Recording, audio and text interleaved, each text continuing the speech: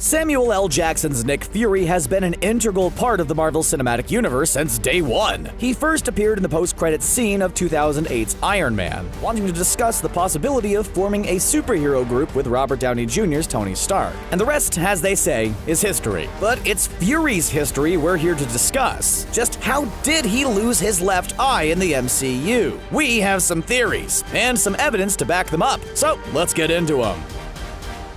First of all, it's worth mentioning that Nick Fury's eye is actually still there. It's the sight in it that's been lost. But given that Fury himself has said the words, "Last time I trusted someone, I lost an eye," we'll just go with that rhetoric for the sake of this theory video. Let's first get into how the different versions of Fury came to wear eye patches in Marvel's comics, mainly so we can rule those scenarios out as possibilities in the MCU. In the main Marvel continuity, specifically in 1966 Sergeant Fury and the Howling Commandos number 27, Fury revealed that he'd taken shrapnel to his eye during World War II. While he wasn't instantly blinded by the incident, it did result in him slowly losing sight in the eye over the years. And during his time with the CIA, he began to wear the patch, for both cosmetic reasons and to prevent depth perception distortion from occurring, which could have been quite hazardous for him, given the dangerous line of work he's in. In the comics, however, Fury was inoculated with a serum known as the Infinity Formula, which was created by Dr. Bertold Sternberg back in the 1940s. The serum significantly slowed his aging process, which explains why he looks no older today than he did during the Second World War,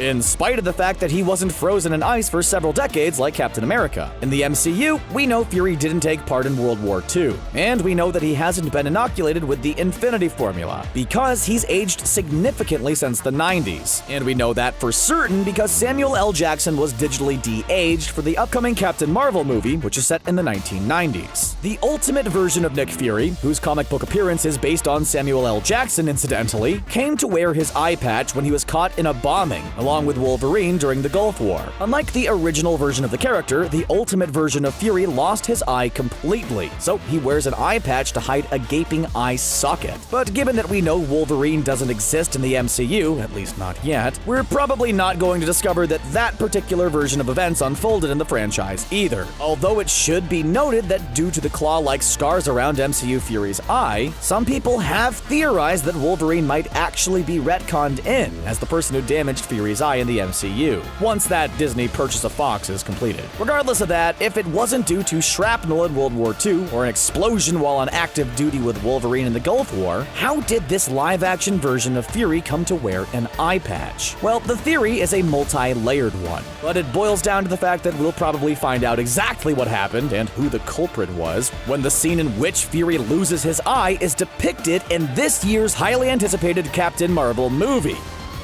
The first potential culprit, and thus the first elaboration on that theory, is undoubtedly the most entertaining. This one posits the idea that Carol Danvers' cat, Goose, is the one who cost Fury his left eye. You see, in the comics, Goose, who's actually known as Chewie in the source material, is actually an alien flurkin, a creature that, despite looking like a cute little feline, is actually hiding huge tentacles beneath its very strokable fur. We've seen in the Captain Marvel trailer that Fury takes an immediate liking to the creature, and it could end up backfiring on him. His trust in the little beast may well be extremely misjudged, as it's known to be quite violent in the comics, in spite of its otherwise loyal behavior towards Danvers. Could it be, therefore, that the character Fury trusted was indeed Goose, and that petting the little alien wasn't to its liking, so it lashed out by thrusting one of its tentacles into his left eye socket? It's a distinct possibility, and as well as being morbidly hilarious, a cute-looking animal attacking Fury would certainly help to explain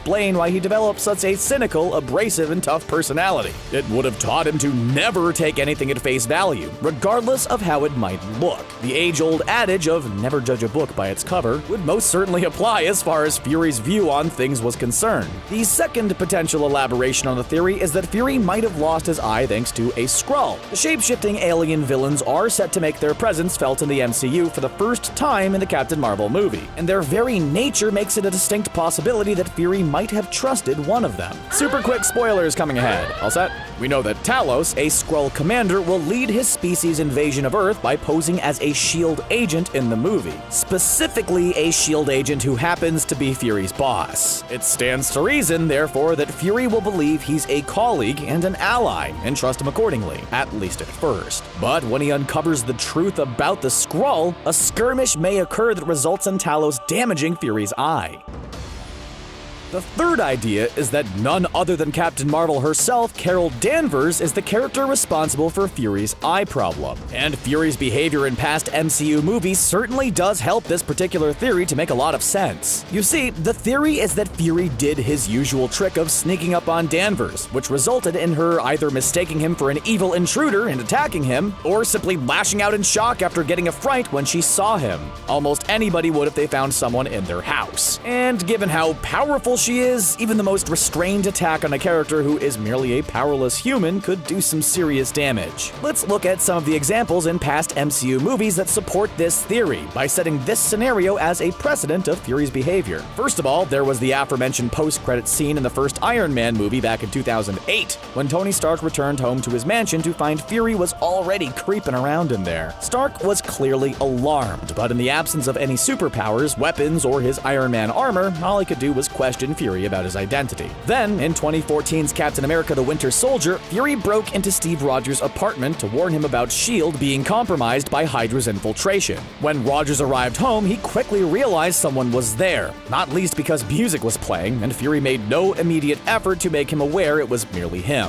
Rogers could very easily have thrown his shield at him first and asked questions later, but he opted to take a more conservative approach, which allowed him to recognize Fury before any violence occurred. Then, in 2015's Avengers: Age of Ultron, he surprised Tony Stark again when he appeared in Clint Barton's barn after Stark had been sent there under the ruse of fixing Barton's tractor. Again, had Stark been wearing his armor or had immediate access to any kind of weaponry, things might have been different, but Fury got away with startling him again. Most recently, we've seen Fury in the Spider-Man Far From Home trailer, and you guessed it, he's creeping up on Peter Parker in what appears to be his hotel room in Europe. How he managed to do that without alerting Parker's spider sense remains a mystery for now, but that's another issue. Fury didn't just startle Parker, he also tranquilized his best friend by firing a dart into his neck, so he was very lucky that Parker didn't react instinctively to defend Ned, because unlike Tony Stark, that dude is super fast and strong, and he would have taken Fury's head off. You can see what we're getting at. If Carol Danvers has a more no-nonsense approach to finding an intruder in her place of residence, she might not react as benignly as the aforementioned heroes. And yeah, given how much power she's said to be throwing around in the MCU, that could end up costing Fury his left eye for sure. It would also explain why she will inevitably respond to the SOS Fury sent in the post-credit scene of Avengers: Infinity War, because she might feel like she owes him, having stripped him of the sight in his left eye. Then again, it might also explain why she fled Earth in the first place. Maybe she feared Fury's power as the head of S.H.I.E.L.D. and worried how he might respond to her costing him the sight in his left eye. And if that turns out to be the case, it would really cement his status as a bona fide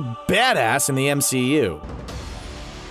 Another potential culprit, believe it or not, is the incredibly likable, mild-mannered, and reliable Phil Coulson. To date, the Coulson we've seen in the MCU has been an experienced, battle-hardened agent of S.H.I.E.L.D. But back in the 90s, he was still new to the bizarre world he would go on to become such an integral part of. It could have been the case, therefore, that Fury put his faith in Coulson when the guy was still wet around the ears, resulting in the young agent inadvertently causing him to lose the sight in his left eye. Fury isn't someone who makes a meal out of injury, so it's certainly possible that if such a thing did happen, he would still go on to become good friends with Coulson. He's not one to hold a grudge, and it would help to explain exactly why Coulson is so ferociously loyal to Fury, as he feels he owes him a debt. The penultimate theory is that during the events of the Captain Marvel movie, Fury trusted himself to do something that, as it turned out, was too much for him to handle, and as a result, he cost himself his own left eye. Maybe, for example, he uncovered the Skrull's attempts to infiltrate S.H.I.E.L.D. and and decided to go about defeating them himself, only to realize he was way out of his league when a resulting confrontation resulted in him having to wear an eye patch going forward. His inability, and indeed S.H.I.E.L.D's inability as a whole, to prevent the infiltration by the Skrulls would explain why they believed the world needed a more powerful deterrent, which in turn would explain why the Avengers were recruited to deal with Loki and the Chitauri back in 2012. The final theory is by far the craziest, and therefore definitely the most unlikely, and it's the theory that Nick Fury himself has been a Skrull in the MCU since the events of Captain Marvel in the 1990s. And when he said, "Last time I trusted someone I lost an eye," the Skrull was referring to the fact that the real Nick Fury gouged his eye out just before he killed him. Could it really be that the man who's helped to knit the MCU together since day one is actually an evil alien imposter with an ulterior motive? It seems unlikely. Can you imagine the fan backlash, though? If it's revealed that we've never actually seen the real Nick Fury in the MCU, there would be hell to pay.